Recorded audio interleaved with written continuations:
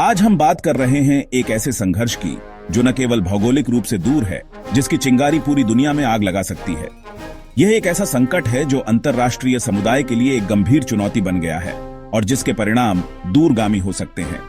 यह कहानी है मध्य पूर्व की, एक ऐसा क्षेत्र जो सदियों से भू राजनीतिक उथल पुथल का केंद्र रहा है, जहां ईरान और इजराइल अब खुलकर आमने सामने हैं। दशकों से चली आ रही यह शीत युद्ध जैसी स्थिति अब एक खतरनाक मोड़ पर पहुंच चुकी है। मिसाइलें, ड्रोन और हर रोज नई अनहोनी की आशंका, यह एक डरावना परिदृश्य है जो इस क्षेत्र में रहने वाले लोगों के लिए एक दैनिक वास्तविकता बन गया है। यह सिर्फ दो देशों की लड़ाई नहीं, बल्कि इसमें कई और किरदार भी शामिल हैं। क्षेत्रीय और अंतर्राष्ट्रीय शक्तियों के अपने अपने हित हैं जो इस जटिल संघर्ष को और भी उलझा देते हैं। यह संघर्ष आज का नहीं है, बल्कि यह एक लंबी और जटिल कहानी का हिस्सा है। इसकी जड़ें इतिहास में बहुत गहरी हैं। सदियों से चले आ रहे धार्मिक, जातीय और राजनीतिक तनावों ने इस संघर्ष को जन्म दिया है। एक तरफ ईरान है जो अपनी ताकत बढ़ाना चाहता है और क्षेत्रीय प्रभुत्व के लिए प्रयास कर रहा है। दूसरी तरफ इजराइल है जो अपनी सुरक्षा को लेकर हमेशा सतर्क रहता है और अपने अस्तित्व के लिए लड़ रहा है। इन दोनों के बीच की दुश्मनी ने पूरे क्षेत्र को युद्ध का मैदान बना दिया है। इसने अनगिनत लोगों की जान ले ली है और लाखों लोगों को बेघर कर दिया है। कभी यह लड़ाई लेबनान की धरती पर लड़ी जाती है, जहां हिजबुल्लाह जैसे गुटों का प्रभाव है। कभी यमन के समंदर में, जहां हौथी विद्रोहियों और सऊदी अरब के नेतृत्व वाली गठबंधन सेना के बीच संघर्ष जारी है, तो कभी गाजा की गलियों में, जहां हमास और इजराइल के बीच बार बार संघर्ष होता रहता है। यह आग समय के साथ और भड़कती जा रही है। हर गुजरते दिन के साथ स्थिति और भी अस्थिर होती जा रही है। इस कहानी को समझने के लिए हमें इसके हर पहलू को देखना होगा, राजनीतिक, आर्थिक, सामाजिक और धार्मिक। सीधी लड़ाई, प्रॉक्सी वॉर और अमेरिका की भूमिका, यह सब इस जटिल संघर्ष का हिस्सा है। यह सिर्फ खबरों की सुर्खियां नहीं, बल्कि लाखों लोगों की जिंदगी का सवाल है। यह मानवीय त्रासदी का एक जीता जागता उदाहरण है। हर हमला, हर धमकी उनके भविष्य को और भी अनिश्चित बना देती है। वे शांति और सुरक्षा की उम्मीद खोते जा रहे हैं। तो चलिए इतिहास के पन्नों को पलटते हैं और समझते हैं कि यह दुश्मनी इतनी गहरी क्यों है। हम उन घटनाओं और कारकों का विश्लेषण करेंगे जिन्होंने इस संघर्ष को आकार दिया है। जानकारी ही सबसे बड़ा हथियार है। जागरूक रहिए, क्योंकि इस संघर्ष का असर हम सब पर पड़ सकता है। इस क्षेत्र में अस्थिरता का वैश्विक अर्थव्यवस्था, सुरक्षा और अंतर्राष्ट्रीय संबंधों पर गंभीर प्रभाव पड़ सकता है। लंबे समय तक ईरान और इजराइल की दुश्मनी छाया युद्ध तक सीमित थी, एक ऐसा संघर्ष जो पर्दे के पीछे खेला जा रहा था। दोनों देश एक दूसरे को सीधे तौर पर चुनौती देने से बचते रहे। जासूसी, साइबर हमले, गुप्त ऑपरेशन, ये सब इस छाया युद्ध के हथियार थे। दोनों ही देश एक दूसरे की कमजोरियों का फायदा उठाने की कोशिश में लगे रहते थे, लेकिन कभी भी खुले तौर पर युद्ध में शामिल नहीं हुए। लेकिन कभी सीधी सैन्य टक्कर नहीं। एक अलिखित समझौता था कि संघर्ष को एक निश्चित सीमा से आगे नहीं बढ़ने दिया जाएगा।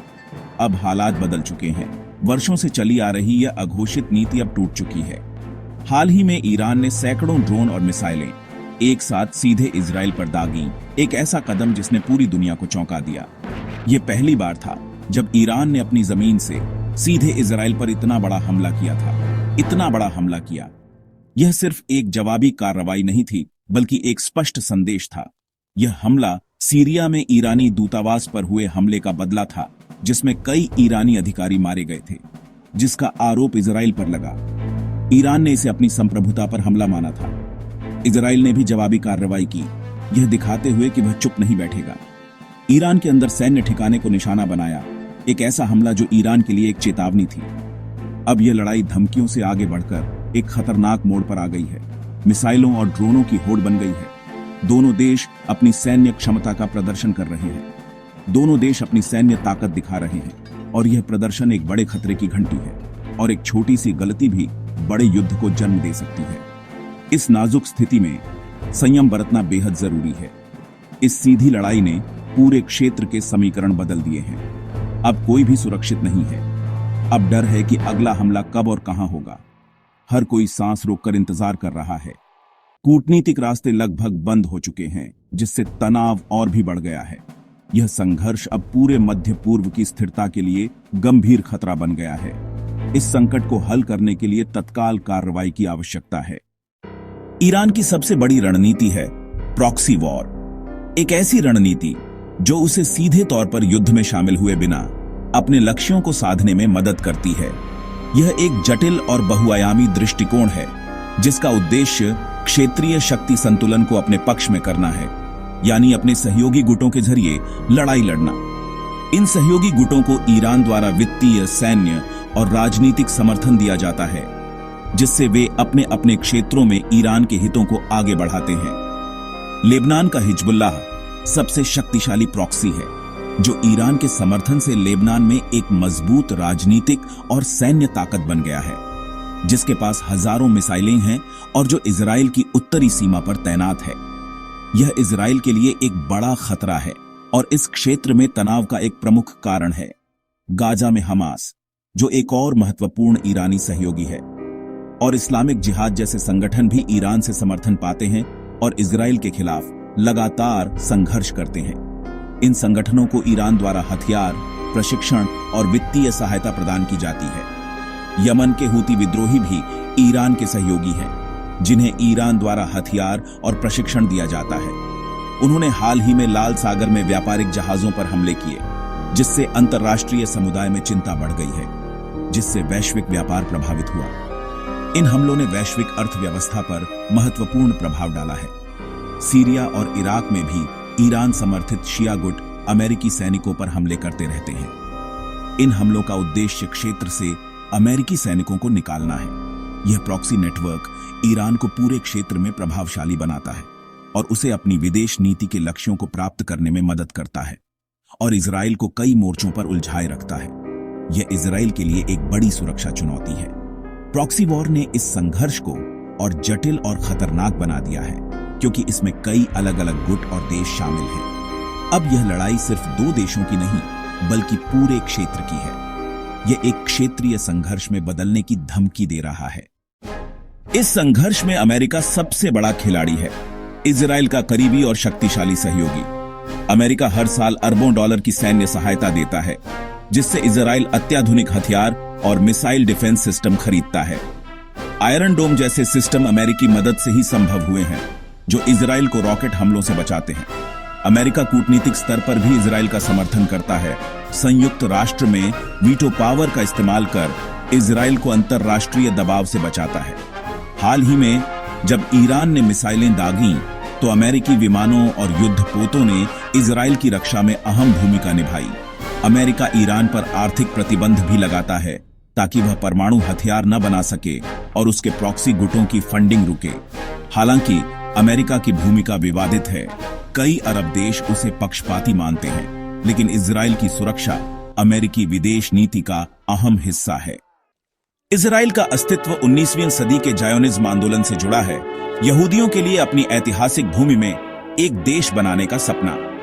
थियोडोर हर्जल ने जायोनिस्ट कांग्रेस की शुरुआत की ताकि दुनिया भर के यहूदी अपनी प्राचीन भूमि पर लौट सकें। उस समय यह इलाका ऑटोमन साम्राज्य के अधीन था, जहां ज्यादातर अरब रहते थे। शुरुआत में संबंध सामान्य थे, लेकिन यहूदी आबादी बढ़ने से तनाव भी बढ़ा।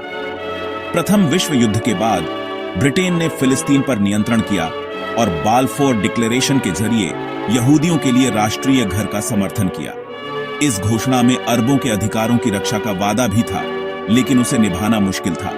नाजी जर्मनी के अत्याचारों और होलोकॉस्ट ने यहूदियों के लिए अलग देश की मांग को और मजबूत किया। यह ऐतिहासिक घटनाएं इजराइल के निर्माण की नींव बनी, लेकिन साथ ही अरब यहूदी तनाव की भी।